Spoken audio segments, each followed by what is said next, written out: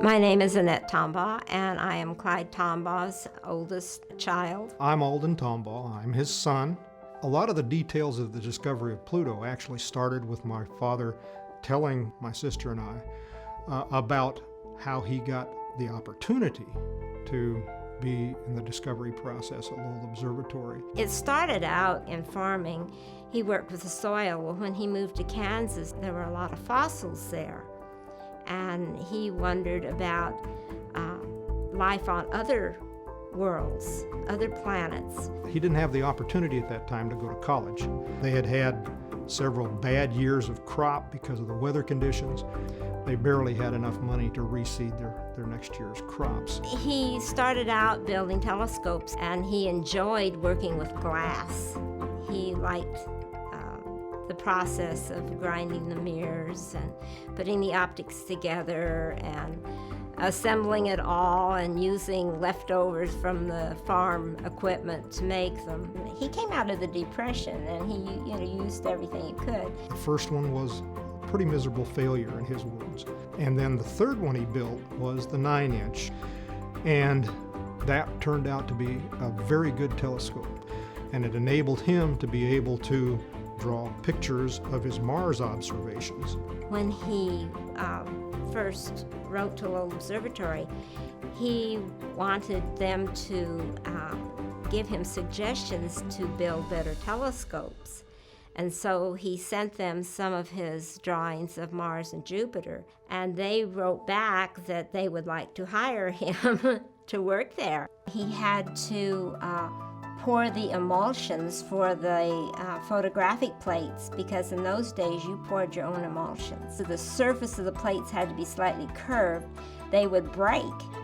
So he redesigned the plate holder so that they wouldn't have that problem. Then is when he had to really buckle down to the drudgery of looking for a planet.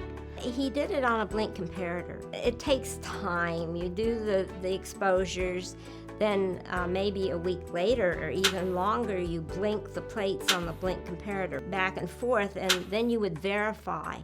You would predict where it would be in another particular night. We got a pretty clear indication at that point in time of how much work it really did take, because just of the massive number of objects that he had to scan.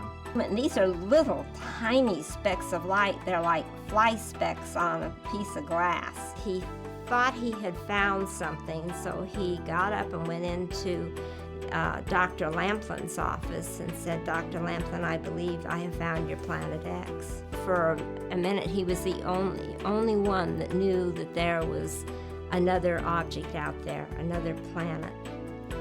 And that made him feel elated, unusual.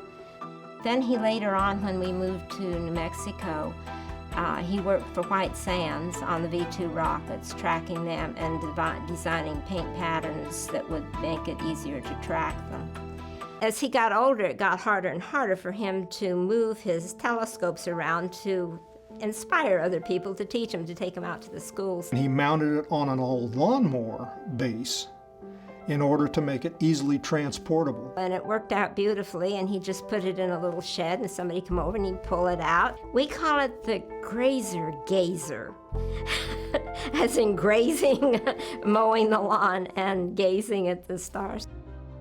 I think my dad would be thrilled with the New Horizon. I mean, who wouldn't be? When he looked at Pluto, it was just a speck of light. Some of my father's ashes are on that spacecraft, and part of him got to visit the speck on the plates that he discovered in 1930.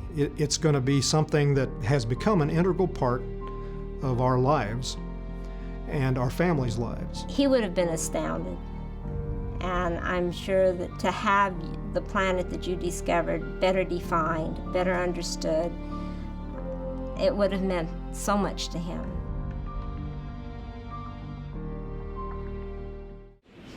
We are searching for frequency. Stand by. Yeah, well, I think it's a pretty exciting event from the astronomy perspective, but especially exciting for event from the Las Cruces perspective, because there's a lot of history in this town with Pluto. And although we don't have anyone in our department right now that's actively associated with this mission. I think a lot of us are really keenly looking at the results are coming in, and I'm sure that we're going to have students this fall in our intro classes that are going to be interested in hearing about what's going on. Yes. Okay, copy that. We're in lock with telemetry with the spacecraft.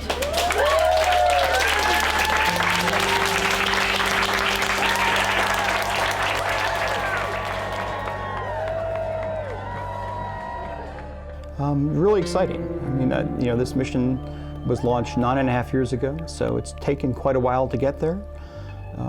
It was interesting that the closest approach, which occurred last week, was 50 years to the day after the first flyby of the planet Mars. It was a nice kind of bookend to completing the first reconnaissance of the solar system.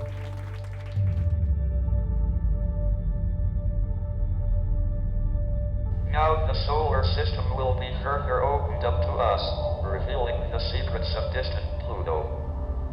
The revelations of new horizons may help us to understand better how our solar system was formed. We explore because we are human, and we want to know. I hope that Pluto will help us on that journey. I will be watching closely, and I hope you will too.